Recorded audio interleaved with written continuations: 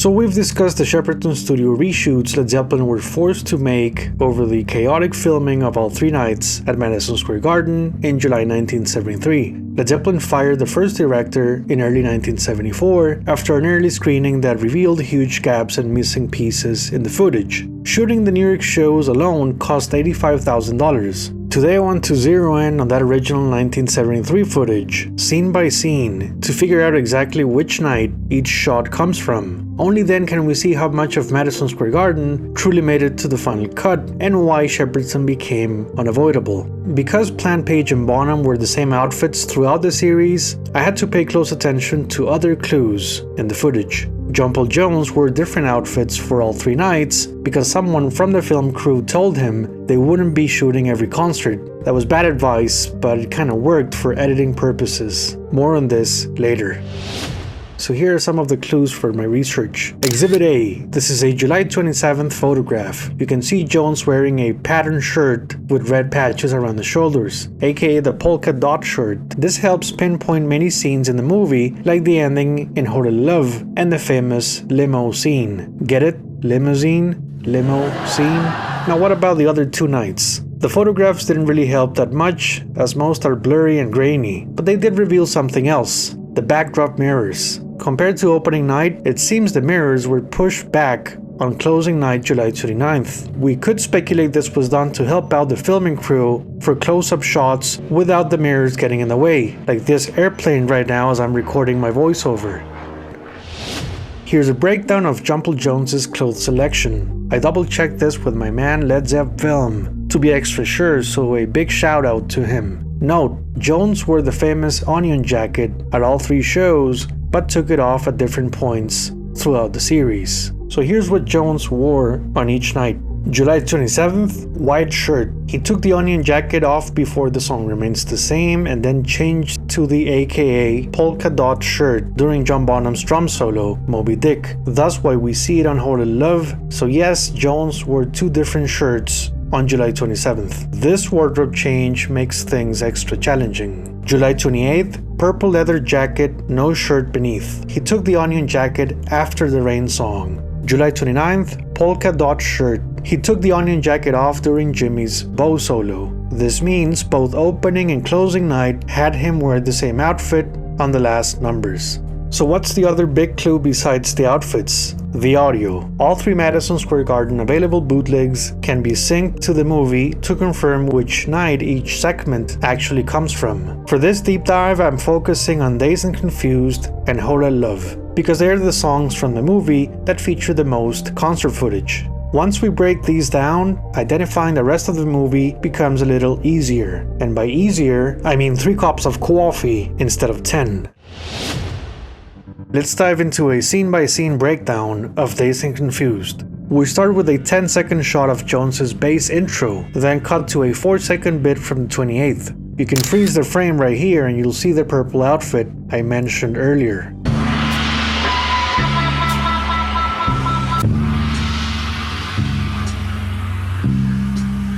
From there we go back to a long shot from the 27th, then into a full minute from the 28th for a close-up of Page drenched in that intense red light.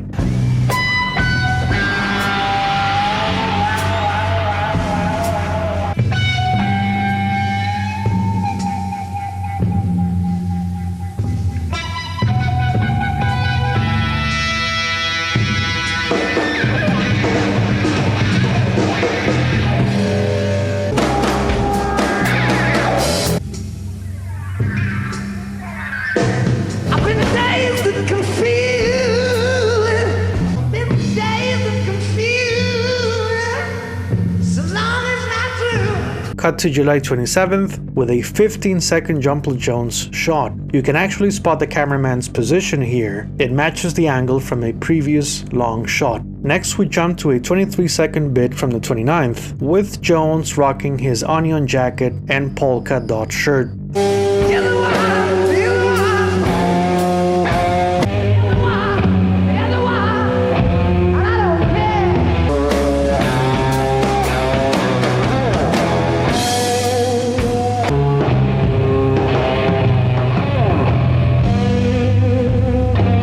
Then Then it's 11 seconds from the 28th, and this one was hard to do because I had to painstakingly sync it to the bootleg audio because the visuals alone weren't enough to tell. Same principle for the next 13 seconds from opening night. I had to cross-reference both bootlegs from the two other nights just to confirm and discard that this was from the 27th. And this is where I want to thank my dear patrons. Seriously, moments like these make me happy. You've got my back. Okay, next is a 30-second clip from the 28th with some audio mismatch issues going on. Then we have a 7-second long shot from the 27th, followed immediately by the 28th. Honestly, without the bootlegs, I don't think I would be able to figure this one out. Now cut to a 1 minute and 18-second shot from opening night, where Bonham is locked in, paying close attention to the call and response cue. You can even spot the cameraman in the next shot for continuity. Props to that guy. Navigating that stage without getting in Jimmy's way must have been brutal. Just imagine tripping on Page while he's playing an inspired guitar solo. That'll get you fired, and maybe a smackdown from Peter Grant. Next, a 13-second bit from July 29th, which was a nightmare to confirm. Once again, I had to use the bootlegs to pinpoint the exact guitar solo run this came from. My Zeppelin tribute band experience was actually pretty useful for this detective work. Same story for the next 5-second clip. It's July 27th visuals, but the movie's audio doesn't match.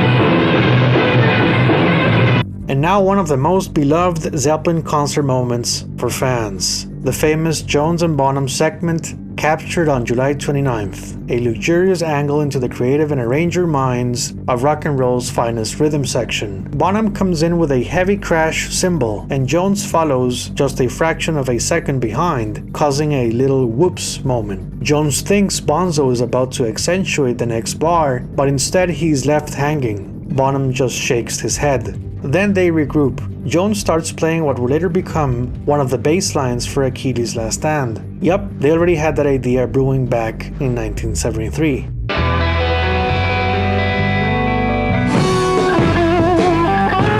Bonzo hits a single note. We can see Jones saying, yeah, like he knows what's about to happen. The band's about to come in full force. They pause and then it happens. Zeppelin magic. A carefully constructed passage that makes so many cover bands panic. Because the hardest part of playing Zeppelin isn't the notes, it's the chemistry. These guys were masters at their game. Okay, now cut to 6 seconds from July 27th with different audio on top. Then a quick series, 9 seconds from the 29th, 11 seconds from the 28th with Jones's purple outfit, and then the longest sequence from July 27th, 4 minutes and 18 seconds. That includes Jimmy's iconic bow solo, and you can feel the stress of having to deliver a timeless performance with the cameraman right in front. After Page's fantasy sequence, we go straight into 40 seconds pulled from all 3 nights. Yes, with different audio sources for each.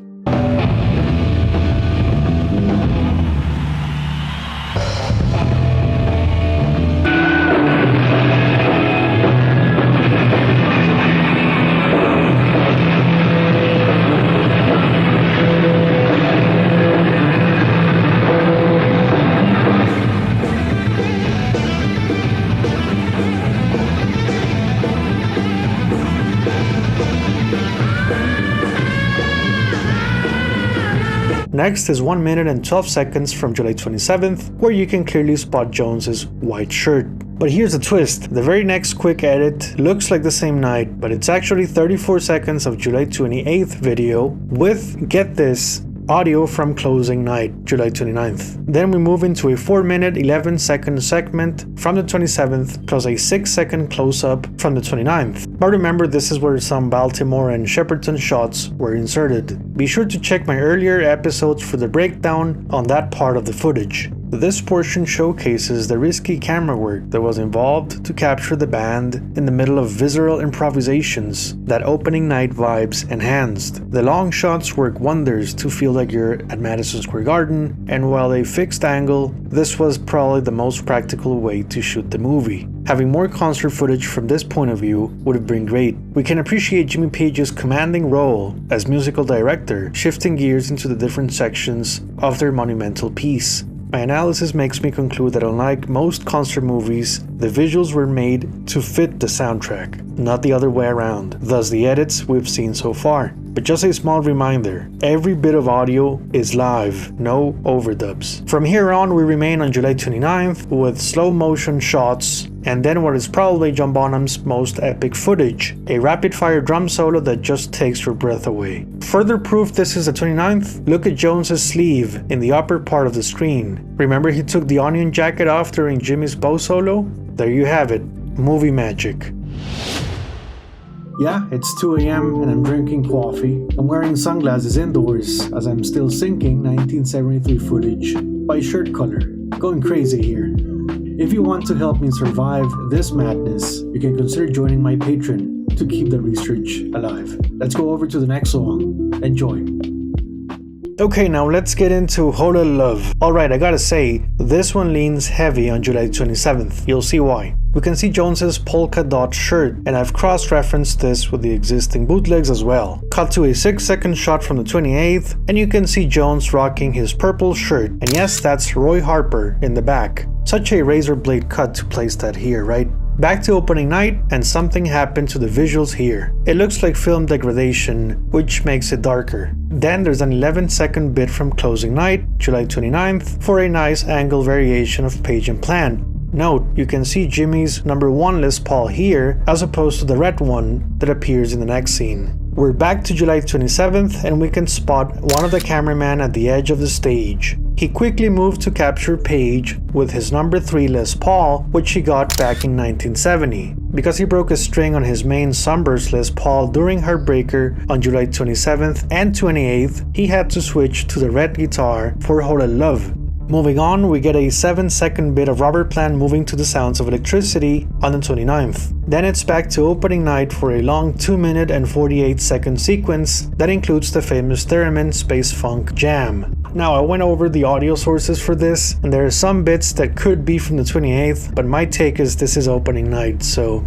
Notice how Jimmy's Matador jacket is a bit torn around the shoulders, revealing the crazy touring schedule of an outfit he got in June 1972. That cameraman ran to the side of the stage, realizing this would be a great shot, and we're lucky he did. These are VIP access moments into Page's magic. Now, this is one of the moments where they ventured into modern-day electronic drum and bass music, way ahead of their time. Just as they come back to the main song and Page plays his famous solo, we cut to a 13-second bit from July 28th, where Jonesy's purple shirt is noticeable on both angles. Yep, that's Roy Harper in the back again, still wearing the same outfit from the beginning of the movie. Guess he was short on wardrobe options. But hey, hats off to Roy Harper, right?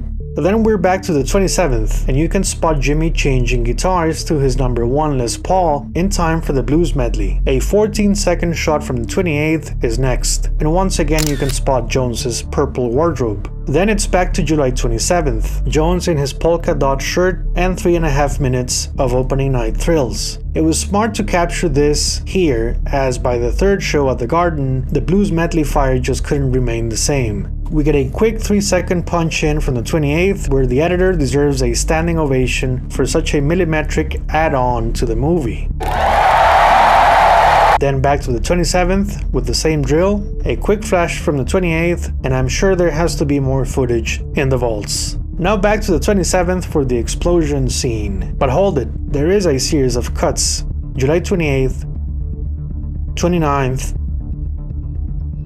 and then the 28th again, right before a long shot from July 27th. A small cut to the 28th, and then opening night again for the burning gong scene. And it's remarkable they captured this on 2 angles. I know the film crew gets a bad rap, but you know, they did some things right.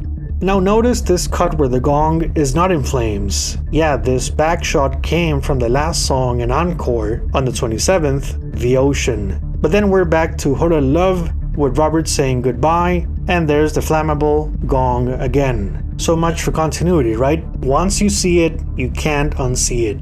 If you check the ending for The Ocean, you'll see the actual stage exit, looking something like this.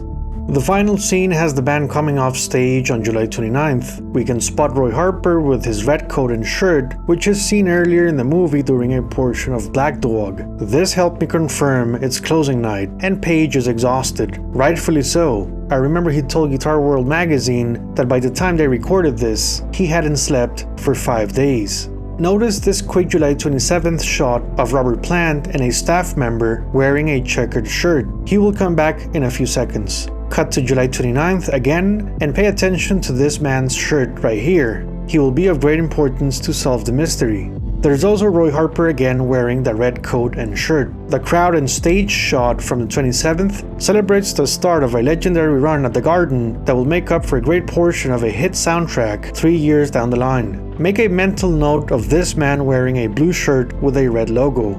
And now for a shock, you can spot Jones's polka dot shirt that he wore for both concert endings on the 27th and the 29th. And here's the kicker. This staff member we saw before is wearing a different shirt than the 29th. And the guy from the stage, well, he seems to be Concert East promoter Larry Vaughn from the Baltimore scenes.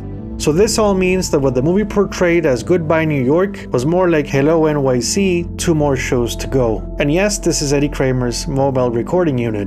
A moment in history, movie magic. Or should I say the magic of editing. This is another track from Houses of the Holy. It's our friend John Henry's Big Chance at a County. Yes, far out. Done 4 already, but now we're steady, and then they win. Hooty-coo, 1, 2, 3, 4, hooty-coo.